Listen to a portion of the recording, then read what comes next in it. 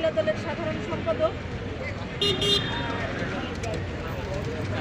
আমাদের দেশমাতা আকর্ষণ একটি গণতন্ত্রের মা, তাকে দেখার জন্য আমি এখানে গতকাল আসছি।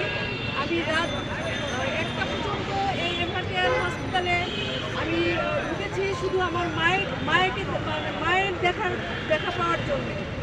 আসলে আজকে কয়েকদিন হয়ে গেল মায়ের শুধু ফেসবুকে মানে অনলাইনে এটা দেখে আমার মানে মন মানাতে পারছিলাম না। আমার মায়ের টানে আমি গতকাল আমি এই এভারকেয়ার হসপিটালে আমি চলে এসেছি রাজবাড়ী থেকে। আমাদের রাজবাড়ী জেলায় আমাদের নেতা আলী মাহমুদ খয়ম ভাই প্রত্যেকটা অঞ্চলে, ওয়ার্ডে, জেলায় মানে আমাদের দোয়া মাহফিল হয়েছে। আমরা আমার মায়ের জন্য দোয়া করছি যেন মা সুস্থ হয়ে আমাদের মাঝে ফিরে আসুক। এটাই আমার মানে চাওয়া। মা যে কী জিনিস সেটা আসলে সন্তানই বোঝে।